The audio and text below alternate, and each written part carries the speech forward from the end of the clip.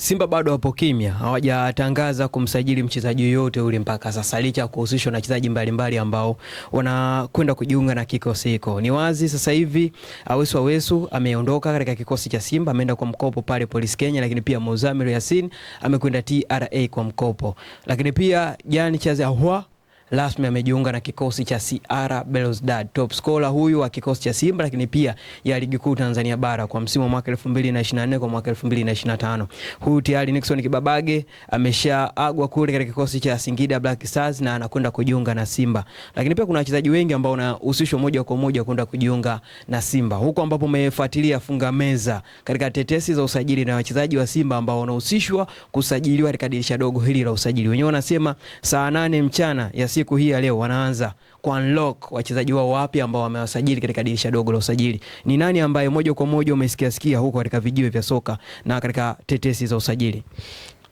Kuna wachezaji wengi ambao wanahusishwa na kikosi cha Simba, na nimejaribu kufuatilia, nimegundua kwamba ni usajili ambao mwalimu moja kwa moja anaupendekeza, kwa sababu nimejaribu kuangalia numbers kubwa wachezaji ambao wamekuwa kihusishwa, ni wachezaji ambao wanatoka, wengi wao ambao waliwahi kupita chini ya mwalimu Steven Becker, kwa maana kipindi ambacho anafundisha Stellenbosch pale nchini Afrika Kusini, kina Ismail Traore na wengine. Wachezaji wengi utagundua kwamba ni machaguo ya mwalimu mwenyewe. Kwa hiyo obvious, nadhani ile proposal ambayo alipeleka mwalimu Steven Becker kwenye uongozi wa Simba, ya kwamba anahitaji wachezaji 5 ambao atawaongeza katika dirisha dogo la usajili, nadhani imefanywa kazi kwa kiasi kikubwa. Hii inaonyesha kuna kitu ambacho Simba wameweka imani kwa mwalimu. Sasa swali linakuja, watakuwa na huo ubora ama la? Lakini kikubwa ni usajili ambao nimeuona kwamba wenda ni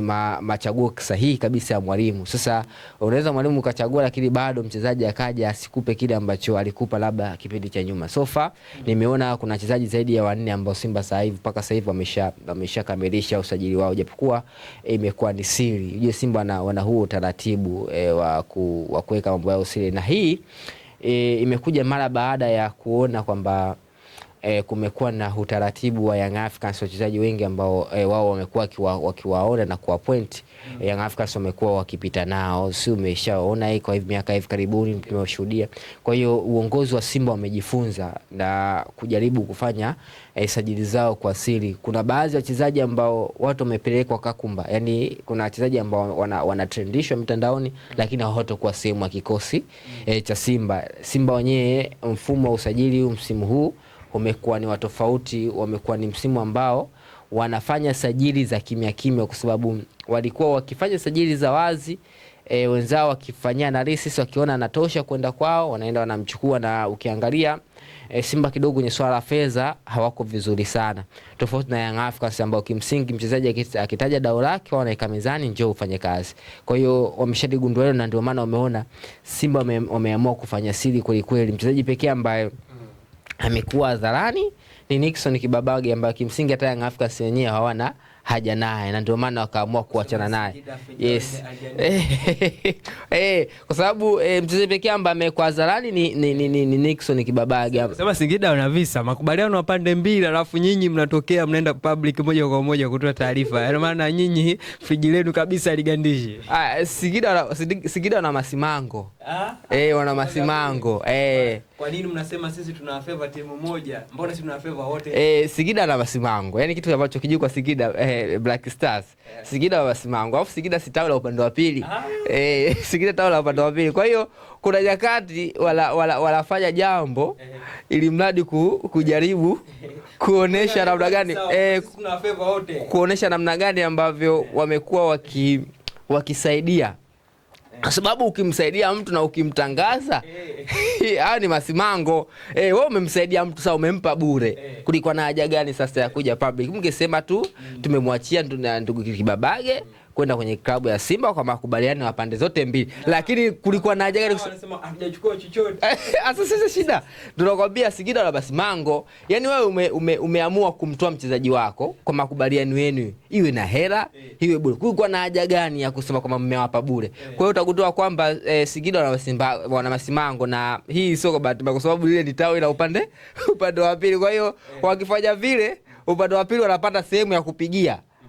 Kwa hiyo kwa nyinyi nini mnapewa wachezaji wa bure? Kwa sababu ilianza kwa Jonathan Soa, sasa hivi imefika kwa Nixon Kibabage. Mbona upande wa pili wakiwapa wachezaji wasemi kwamba wachezaji wao wamewapa bure, wamepewa hela?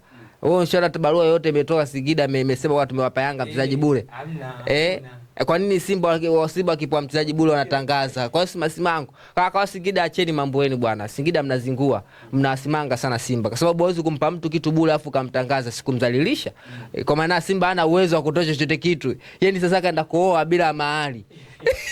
Hapo funga meza ambapo umezungumza katika usajili wa Simba. Kwa kawaida katika dirisha dogo la usajili ni dirisha ambalo unaenda kurekebisha tu baadhi ya maeneo ambayo yana mapungufu. Lakini mbona Simba kama unaonekana ndio kama dirisha kubwa la usajili? Yaani unachukua rundo la wachezaji ambao katika kipindi hiki inakuwa na wasiwasi. Pengine wanaweza una muunganiko mzuri ama inawezekana kuwa ni changamoto mpaka mchezaji kuwa na momentum nzuri na kuelewana na wenzake na kumuelewa mbinu za mwalimu Steve Becker. Pengine inaweza kuchukua muda. Pengine hii haiwezi kuwa kama ina athari yoyote katika klabu yao ukilinganisha namna ambavyo wameanza vibaya katika michuano klabu bingwa barani Afrika. Wana michezo 4 mikononi iliyobakia pekee, lakini pia katika ligi kuu Tanzania bara pia hawapo nafasi mbaya sana, lakini bado wanahitaji kufanya vizuri ili walau msimu huu kuondoka na taji la ligi kuu Tanzania bara.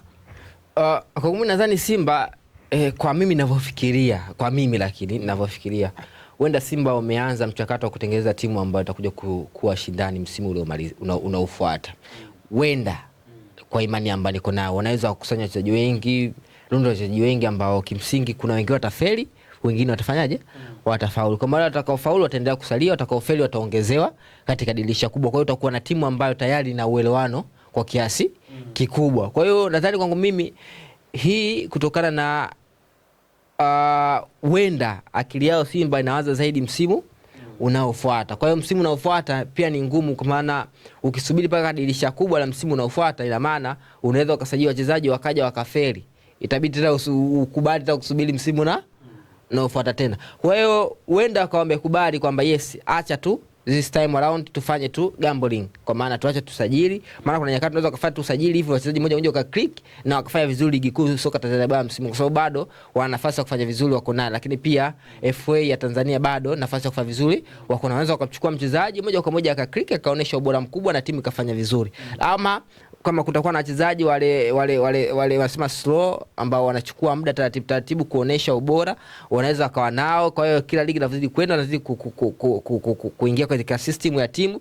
Inapofika msimu unaanza tena, ina maana timu itakuwa tayari ina numbers kubwa wachezaji ambao wanafahamiana. Kwa hiyo msimu ukianza wanaanza kama timu ambayo iko strong na inakwenda kupigania kitu fulani. Kwa hiyo mimi nadhani wenda Simba wameamua kufanya hivyo kwa sababu ya maandalizi ya msimu unaofuata. Shukrani sana Funga Mbele. Asante sana. Kasako Media, tunaangazia maisha, tunaandika kesho.